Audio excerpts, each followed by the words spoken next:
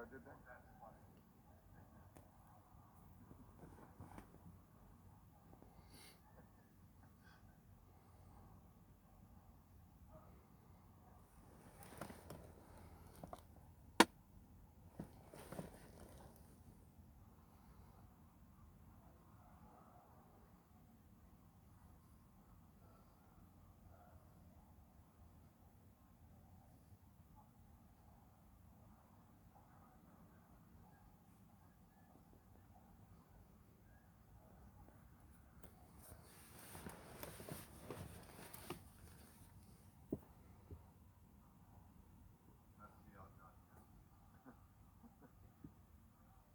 Hey Ralph, Jim Long here up in Wilmington, Delaware. I'm up on line U12 as a backup to our pool shop. It's just a backup.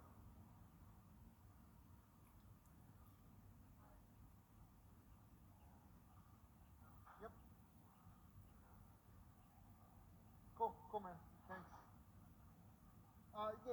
Whoever's on the desk, just let them, or foreman or whoever, just let them know it's a backup path. Cool, brother. See ya.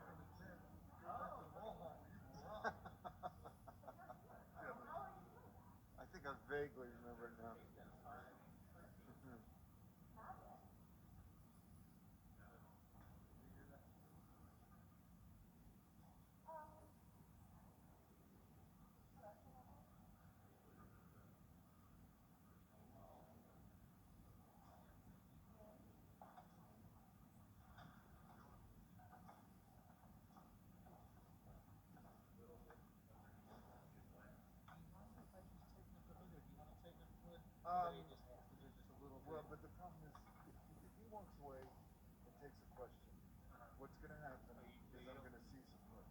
Okay, because that's when he takes a question. Is he turns around, he's in the shadows. Yeah. But you know, my lens is real close to getting jammed up on either side of panning. Somebody Is somebody keen on fire? It looks like. Here's my. No, you're good. Here's my thermometer. If I go like this, then I'm actually pressing into it. And that's where he's going to go at, right? Yeah, you typically, yeah. But over here, it really gets jammed up again. Like, so I feel like I've got just enough wiggle room that I can, you know. And then what happens also, when I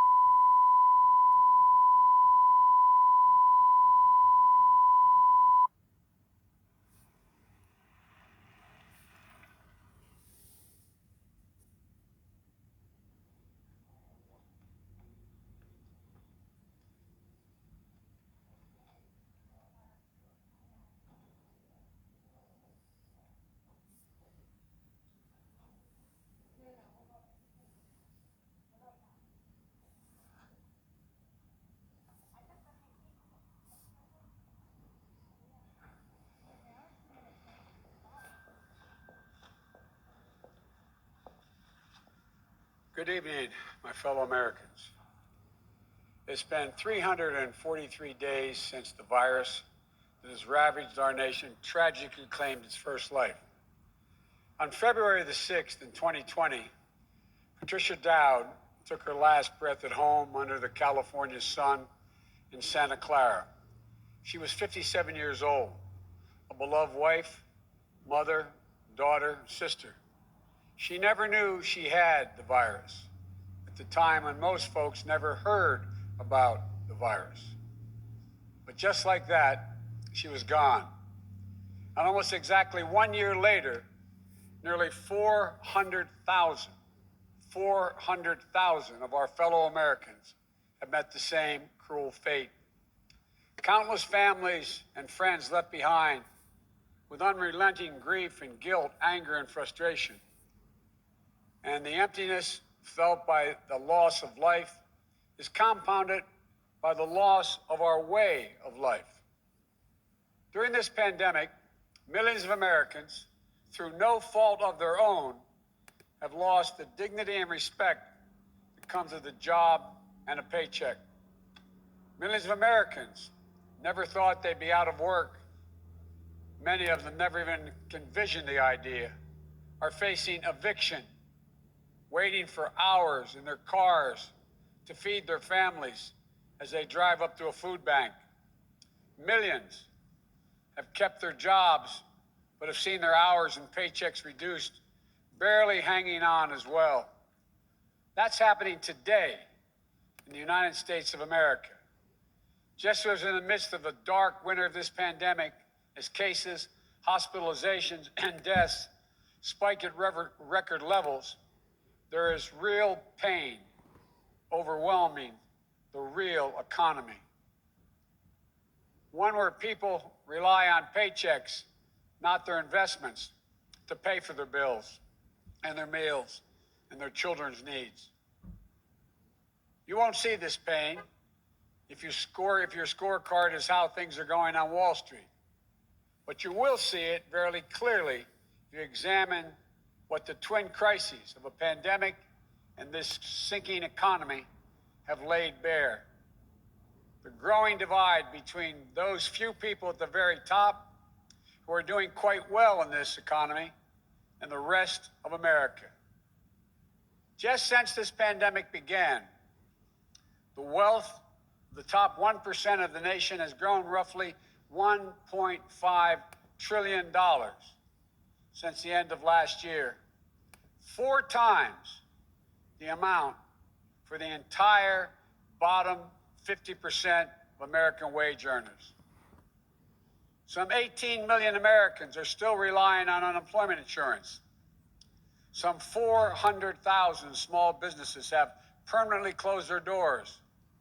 And it's not hard to see that we're in the middle of the once in several generations economic crisis with a once in several generations public health crisis. The crisis of deep human suffering is in plain sight, and there's no time to waste. We have to act, and we have to act now. This is what economists are telling us. More importantly, it's what the values we hold dear in our hearts as Americans are telling us. A growing chorus of top economists agree that the moment of crisis, in this moment of crisis, with interest rates at historic lows, we cannot afford inaction. It's not just that smart fiscal investments, including deficit spending, are more urgent than ever. It's that the return on these investments in jobs, racial equity, will prevent long-term economic damage, and the benefits will far surpass the cost. A growing number of top economists has shown even our debt situation will be more stable, not less stable, if we seize this moment with vision and purpose. And so tonight, I'd like to talk to you about our way forward, a 2-step plan of rescue and recovery, a 2-step plan to build a bridge to the other side of the crisis we face to a better, stronger, more secure America.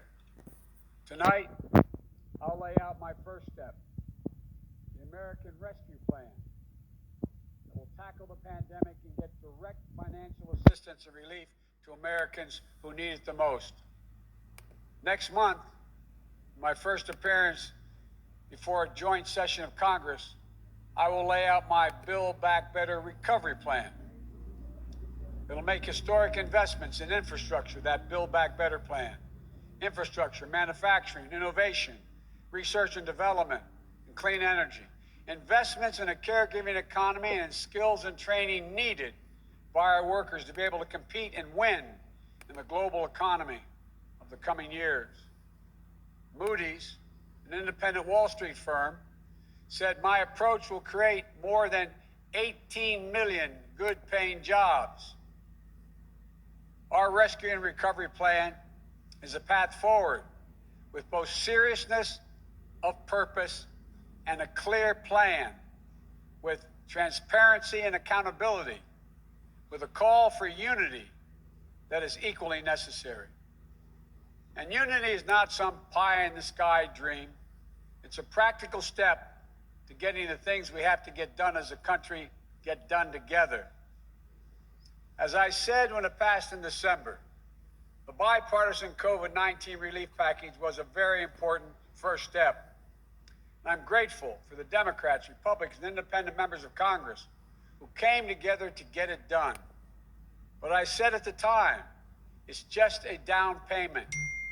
We need more action, more bipartisanship, and we need to move quickly. We need to move fast. Our rescue plan starts aggressively in order to speed up our national COVID-19 response. The vaccines offer so much hope, and we're grateful to the scientists and researchers and everyone who participated in the clinical trials.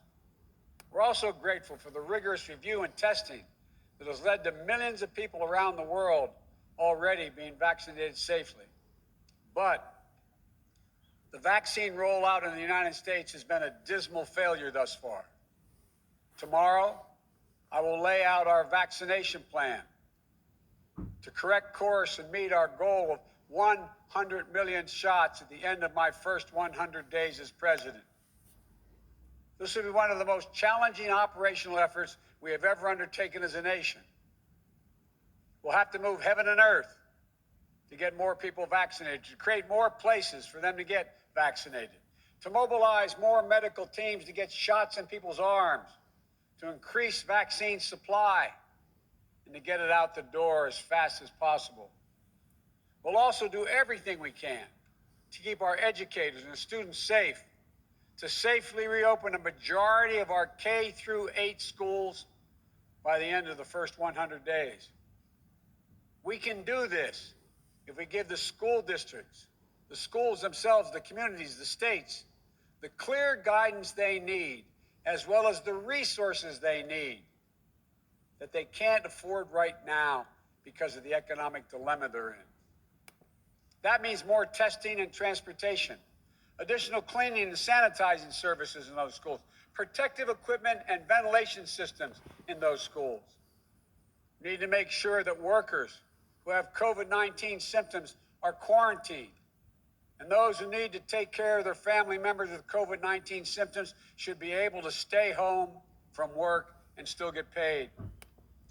This will reduce the spread of the virus and make sure workers get the support they need to maintain their families. But we need about $400 billion in funding from Congress to make all of what I just said happen. It's a great deal, but I'm convinced we are ready to get this done. The very health of our nation is at stake. Our rescue plan also includes immediate relief to Americans hardest hit and most in need. We will finish the job of getting a total of $2,000 in cash relief to people who need it the most. The $600 already appropriated is simply not enough. We just have to choose between paying rent and putting food on the table. Even for those who've kept their jobs, these checks are really important. You see, if you're an American worker making $40,000 a year with less than $400 in savings, maybe you've lost hours, or maybe you're doing fewer shifts, driving a truck or caring for the kids or the elderly. You're out there putting your life on the line to work during this pandemic and worried every week that you'll get sick, lose your job, or worse. $2,000 is going to go a long way to ease that pain. We'll also provide more peace of mind for struggling families by extending unemployment insurance beyond the end of March for millions of workers. That means that 18 million Americans currently relying on unemployment benefits, while they look for work, can count on these checks continuing to be there. Plus, there will be a $400 per week supplement so people can make ends meet. This gets money quickly into the pockets of millions of Americans who will spend it immediately on food and rent, and other basic needs. As the economists tell us, that helps the whole economy grow. We'll also tackle the growing hunger crisis in America. As I speak, and the Vice President-elect has spoken to this many times, 1 in 7 households in America, more than 1 in 5 Black and Latino households in America, report they don't have enough food to eat. This includes 30 million adults and as many as 12 million children. It's wrong. It's tragic. It's unnecessary. It's unacceptable. So we're going to extend emergency nutritional assistance for 43 million children and their families enrolled in the SNAP program through the rest of this year. We'll help hard-hit restaurants prepare meals for the hungry, provide food for the families who need it. We'll invest $3 billion in making sure mothers and their young children have the nutrition they need. This will not only meet our moral obligation we have to one another, but will also spur our economic growth, get restaurants and workers back on the job. And as we work to keep people from going hungry, we'll also work to keep a roof over their heads, to stem the growing housing crisis and evictions that are looming. Approximately 14 million Americans have fallen behind on rent, many at risk of eviction. If we don't act now, there'll be a wave of evictions and foreclosures in the coming months as the pandemic rages on. This would overwhelm emergency shelters, increase COVID-19 infections as people have nowhere to go and can't socially distance. Next week, we'll take action to extend nationwide restrictions on evictions and foreclosures.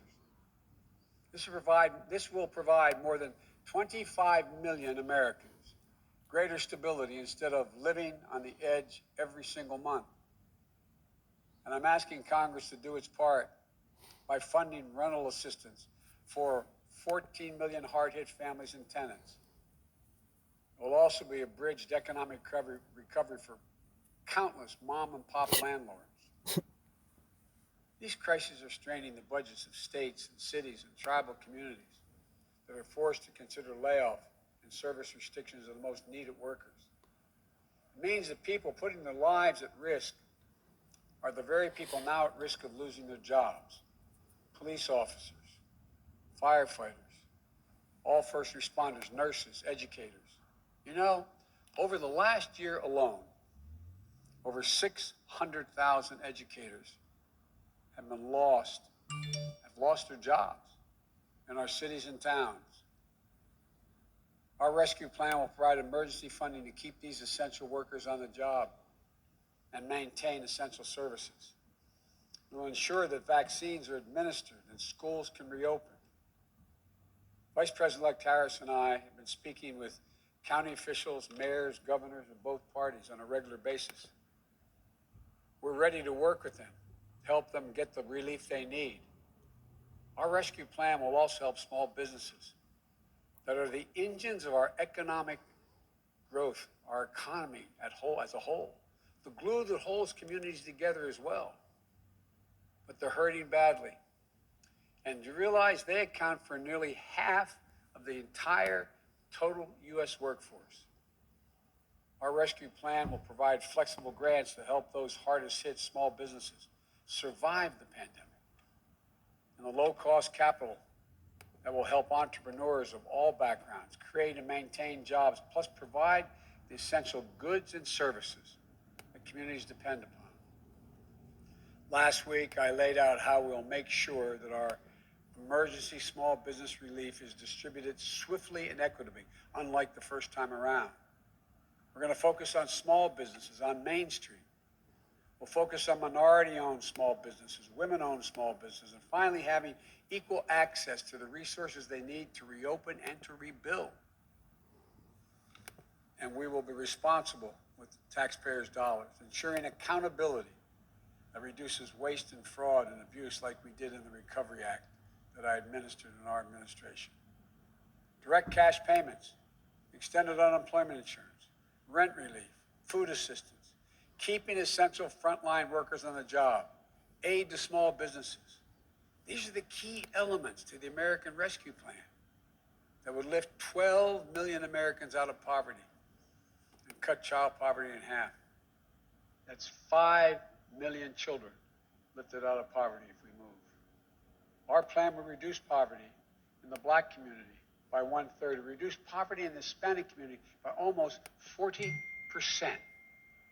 and includes much more, like an increase in the minimum wage to at least $15 an hour. People tell me that's going to be hard to pass. Florida just passed it. As divided as that state is, they just passed it. The rest of the country is ready to move as well.